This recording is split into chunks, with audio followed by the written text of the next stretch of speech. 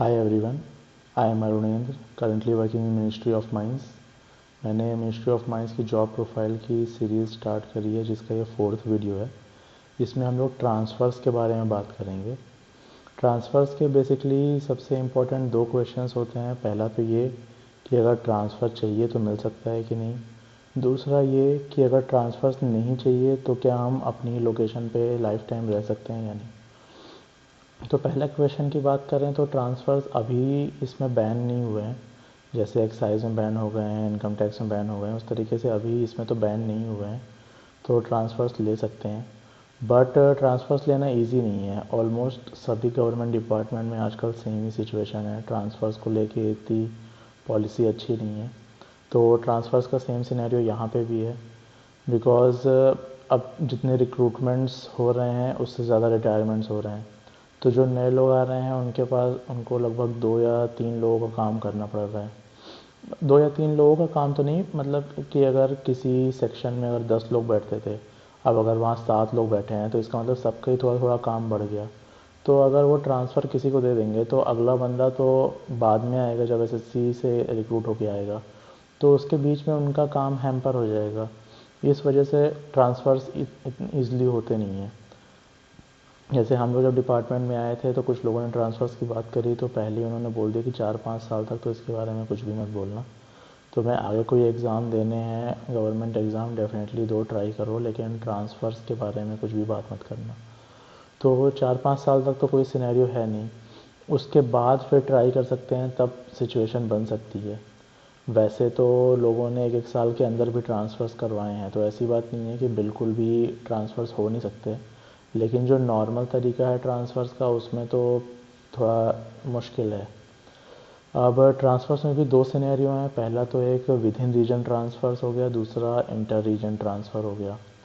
तो जो with in reason है, जैसे कि मैं अगर हैदराबाद में हूँ अभी करंटली, अगर मुझे लेट से चेन्नई जाना है या बैंगलोर जाना है, तो मैं अगर ट्रांसफ़र के लिए अप्लाई करूँगा तो वो बहुत जल्दी कंसीडर कर सकती है, बहुत ईज़िली कंसीडर किया जा सकता है। Because within region transfer जो होता है वो उस रीजन के हेड पे डिपेंड करता है।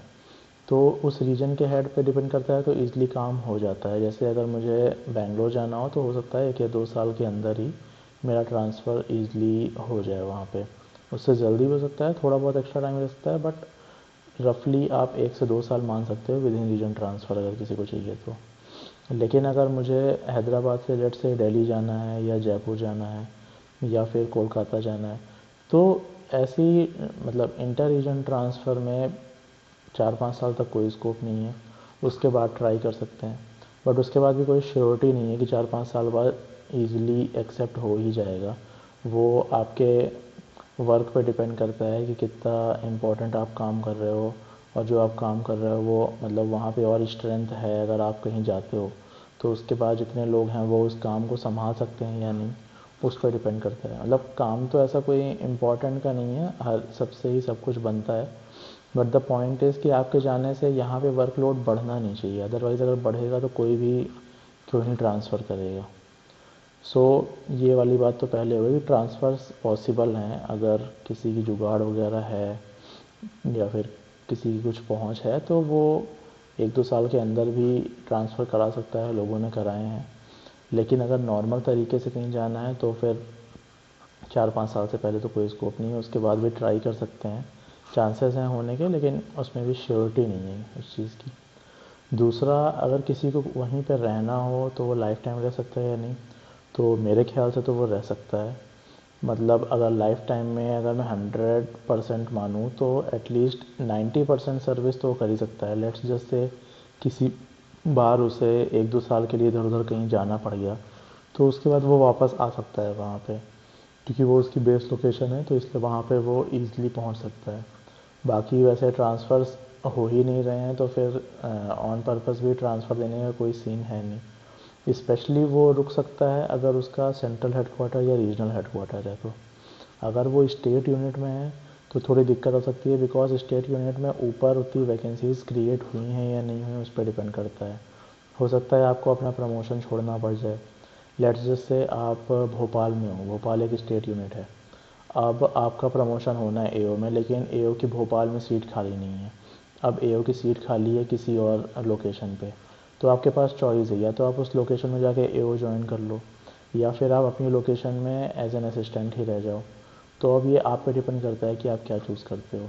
तो ऐसे अगर कोई एक ही लोकेशन में रुकना चाहता है तो उसे हो सकता है हर प्रमोशन के लिए 1-2 साल या 2-3 साल वेट करना पड़ जाए, बिकॉज उसकी लोकेशन में वो वैकेंसी क्रिएट हुई है या नहीं, उस पर डिपेंड करेगा। अगर स्टेट यूनिट है तो थोड़ा सा ज़्यादा मुश्किल है। रीजनल हेडक्वार्टर है तो वहाँ पे वैकेंसीज़ क्रिएट होती ही रहती हैं, लोग रिटायर होते रहते हैं, और मतलब वहाँ पे क्योंकि स्टाफ जाता है इसलिए वैकेंसीज़ भी क्रिएट हो जाती हैं। और सेंट्रल हेडक्वार्टर है तो बहुत आसानी से क्रिएट हो जाती हैं। तो इसलिए डिपेंड करता है कि आपकी लोकेशन कौन सी, कहाँ पे आप रुकना चाहते हो। और अगर आप प्रमोशन को फॉरगो करने के लिए तैयार हो तो फिर बहुत अच्छे चांसेस हैं कि आप एक ही जगह पे रुक सकते हो। और ट्रांसफ़र को लेके और तो कोई क्वेश्चन ऐसा है नहीं, लेकिन अगर आपकी कोई क्वेरी अगर बच गई हो तो आप कमेंट्स कर देना, तो मैं उसका या तो वहाँ रिप्लाई कर दूँगा या नया वीडियो बना दूँगा। ठीक है, थैंक यू।